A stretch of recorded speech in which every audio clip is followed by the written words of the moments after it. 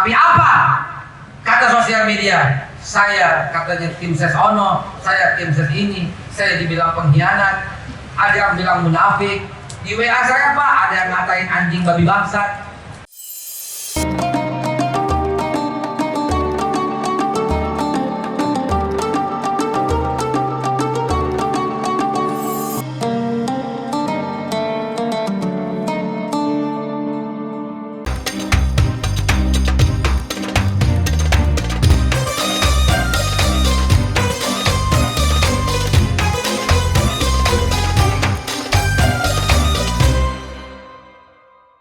Baik, bismillahirrahmanirrahim. Assalamualaikum warahmatullahi wabarakatuh.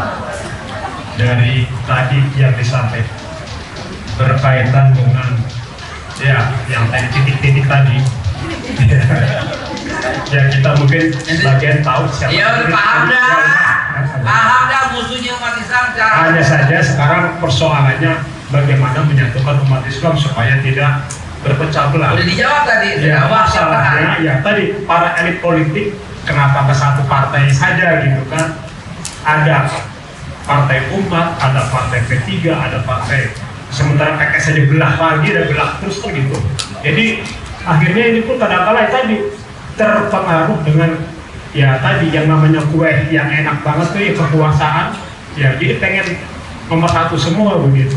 Nah sementara umat kita ini kan ya orang kalangan bawah itu tidak semua imannya mantap, ya terpengaruh oleh fulus kan begitu. Jadi ya membela yang benar dengan epeng, dengan uang, dengan fulus itu gitu. Membela yang bayar. Iya begitu, membela yang bayar. Jadi ya persoalan kita ini ditambah lagi umat Islam tidak semuanya imannya garis lurus. Ya karena ada tadi yang namanya liberalisme, ada sekularisme dan sebagainya begitu Ustaz. Jadi ya kalau Ustaznya mungkin model kayak Babe Hasan banyak, kita nggak repot begitu. Cuman kadang-kala tadi nah itu dia masalahnya. Jadi sementara kita butuh banyak Ustaz seperti Ustaz gitu kan, yang bisa menyebarkan virus seperti ini begitu kan. Nah orang bilang kalau kita radikal ya nggak setuju dengan mereka, kita main cobot, main tangkap dan sebagainya, seperti ulama-ulama kita yang ditangkap ataupun hal-hal lain. Jadi ini yang perlu diperjelaskan kepada kita semua begitu. Butuh ulama-ulama yang bisa juga mencerahkan. Ya bukan hanya satu Ustaz.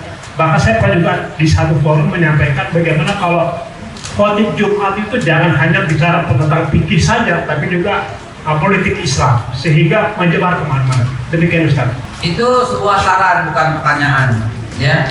Alhamdulillah memang demikian Pak, dan itu sebuah ungkapan atau respon dari pendapat. Ya, demikianlah Pak yang terjadi di kita memang. Umat yang gampang disogok, 100.000 pindah Pak, ya Allah. 100.000 pindah. 100.000 tuh buat 5 tahun, bayangin coba. Langsung dukung ini, dukung itu. Ya Allah ya Rabbi, ya itulah sebabnya. Kalau jadi satu nggak begini, mau aja. Digadang-gadang sama partai ini, mau aja. Kalau sok-sokan gitu, mau aja. Apa ya gua begitu misalnya.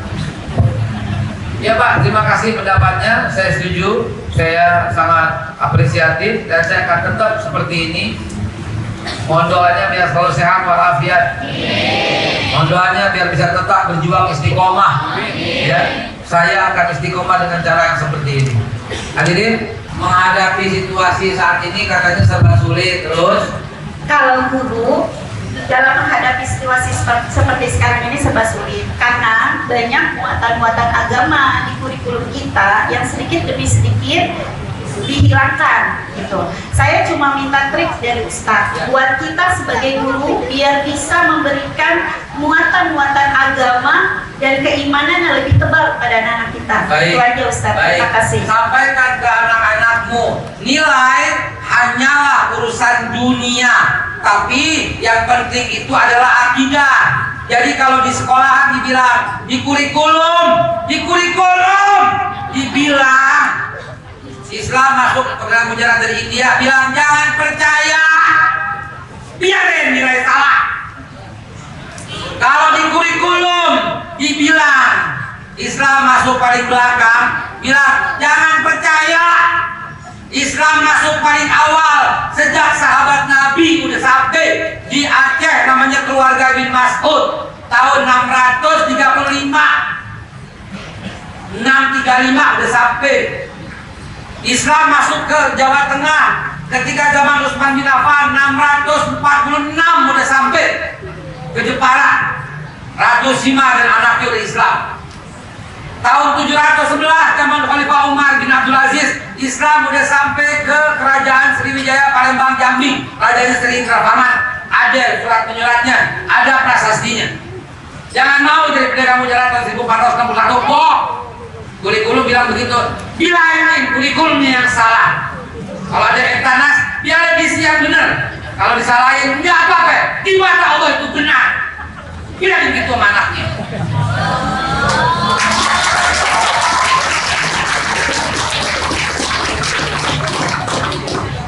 Bilangin sama anaknya. Ntar tahun 2024, etanas SD nomor 1 soalnya begini. Waktu Fir'aun mau tenggelam, ibu menterinya dengerin. Kan dia bilang nggak mungkin, jangan dengerin deh, jangan dengerin. Mungkin bilang gitu. Insya Allah bilang gitu. Soal etanas nomor 1. Ketika Fir'aun mau tenggelam, Fir'aun berteriak, saya termasuk orang A. Islam, B. Kristen, C. Hindu, D.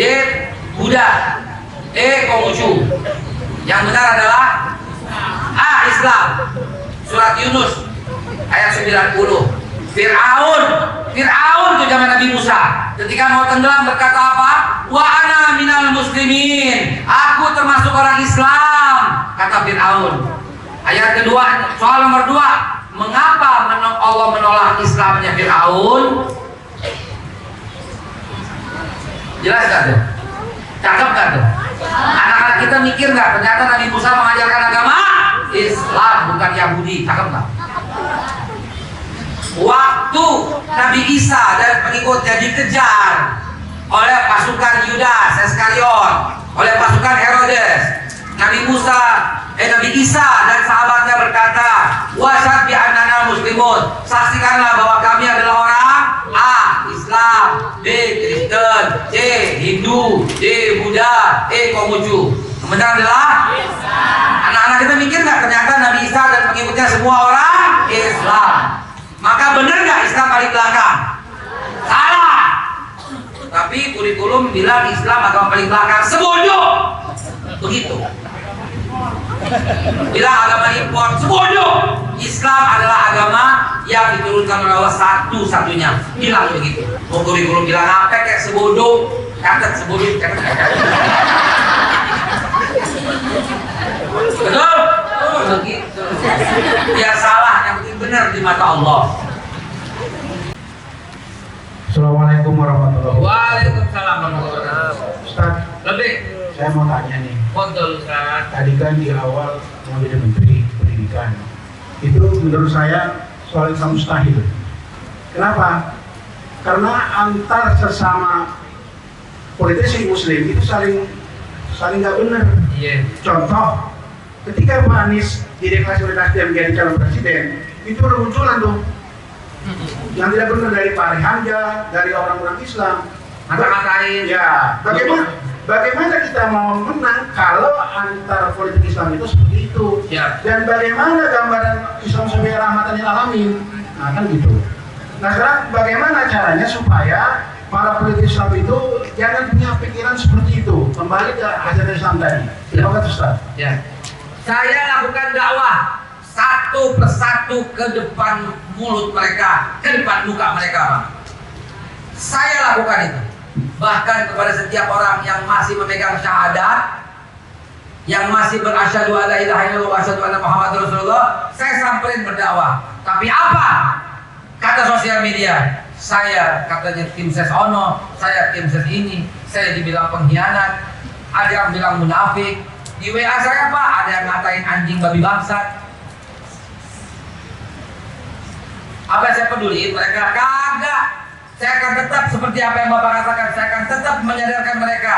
Saya sadarkan, musuh lu tuh cuma satu, yaitu titik-titik. Rahasia itu bukan di forum, namanya saya berprovokasi namanya. Musuh kita cuma satu, yaitu titik-titik. Bersatu untuk kalahkan itu, saya bilang gitu Pak. Musuh lu cuma satu tuh yang paling. Kenapa lu sekarang begini? Bersatu saya bilang. Bersatu dulu. Siapa presidennya? Lu wakil, lu begini. Sebab musuh kita cuma satu. Biar kalah dulu tuh si.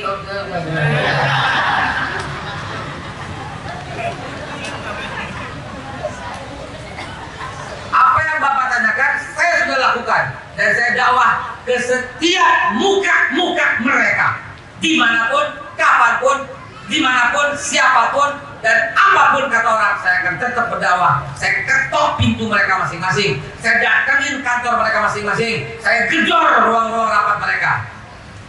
Kalau ada yang foto akhirnya apa? Ada yang foto Pak, lalu bilang Babel di tim ses ini, Babel di sini, Babel di ini. Saya bilang, mungkin lo jauh sini deket Koraut sini saya bilang. Orang dakwah dibilang pindah, parelo menyan saya bilang. Gak takut saya Pak. Gak takut mau dibilang apa aja gak takut. Sama orang yang bacotnya luar biasa jahatnya kepada Islam, kepada Habib, saya samperin. Gak takut. Tahu-tahu saya dibilang jadi kelompok mereka, kan kurang ajar. Siapa yang mulutnya paling kasar sama Habib? Saya samperin.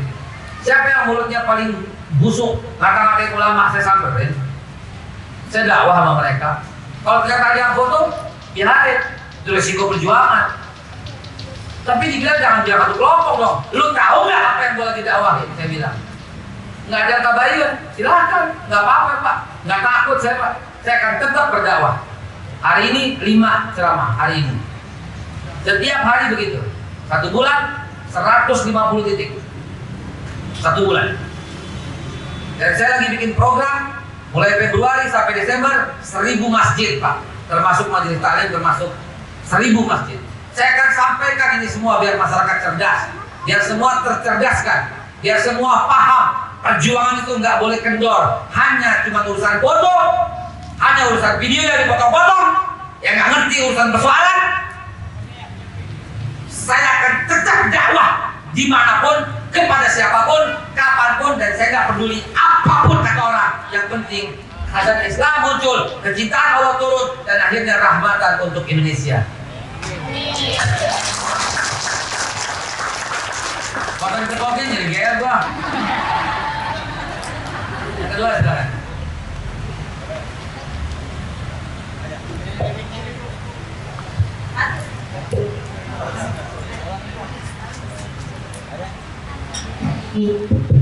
Dari ibu-ibu ada?